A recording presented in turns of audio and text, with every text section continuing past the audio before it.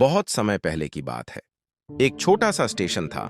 उसका नाम था रूपनगर। स्टेशन एकदम अकेला था और उसके पास से एक लंबी ग्रे रेलवे लाइन गुजरती थी। इस लाइन के ठीक बगल में एक बंजर जमीन थी। वहां कुछ भी नहीं उगता था। रूपनगर स्टेशन के स्टेशन मास्टर एक बूढ़े आदमी थे जिनका नाम दीनबंधु भट्टाचार्य था। ट्रेनें आती जाती रहती थीं, लेकिन दीनबंधु के दिल में एक उदासी थी। उन्हें लगता था कि ये रेलवे लाइन कितनी ऊबड़ खाबड़ बेजान है, सिर्फ पत्थरों और लोहे की आवाज आती थी। एक दिन दीनबंधु मानसून की पहली बारिश में भीगते हुए एक पका हुआ आम का पौधा लाए और उसे उस बंजर जमीन में गाड़ दिया। उन्होंने ध्यान से एक नहीं बल्कि एक लाइन में 3 पौधे गाड़े। लोग हंसे और बोले, क्या रेलवे लाइन के किनारे आम के पेड़ अभी भी जिंदा हैं, जहां पूरे दिन सिर्फ ट्रेनें चलती हैं दीनबंधु? लेकिन दीनबंधु ने हार नहीं मानी।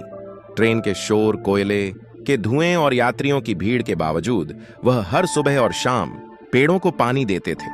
वह कहते, अगर इसमें जान है तो यह जिंदा रहने का कोई रास्ता निकाल ही लेगा। धीरे धीरे उस ठूंठ से पौधे उग आए। पहले तो छोटे, कमजोर, जैसे डर से जम गए हों, लेकिन जब ट्रेन रेलवे लाइन के ऊपर से सीटी बजाती तो छोटे पौधे में हिम्मत आ जाती।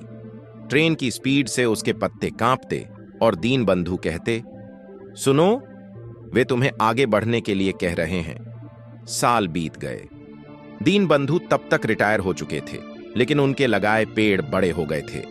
3 पेड़ों में से सिर्फ एक ही बचा और वहीं आज स्टेशन की पहचान है। भले ही पेड़ रेलवे लाइन के बहुत पास था, लेकिन उसकी डालियां अजीब तरह से लाइन की दिशा से बचती थीं और आसमान की ओर फैली हुई थीं। गर्मियों में जब उस पेड़ पर पीले हरे आम लटकते थे तो दूर से ऐसा लगता था जैसे रेलवे लाइन पर रोशनी और परछाई खेल रही हो। यात्री ट्रेन से इसे देख सकते थे और उनके दिलों में एक अजीब सी शांति आ जाती थी। वे सोचते थे, इतनी मुश्किलों के बीच इतना सुंदर फल कैसे लग सकता है। दिन ब दिन वह आम का पेड़ स्टेशन का एक खामोश साथी बना रहा।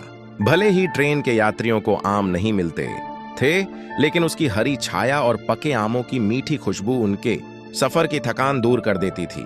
ऐसा लगता था जैसे पेड़ स्टेशन से कह रहा हो, भले ही जिंदगी मुश्किल हो, लेकिन कभी कभी आपको पीछे एक छोटी सी मीठी याद छोड़नी पड़ती है।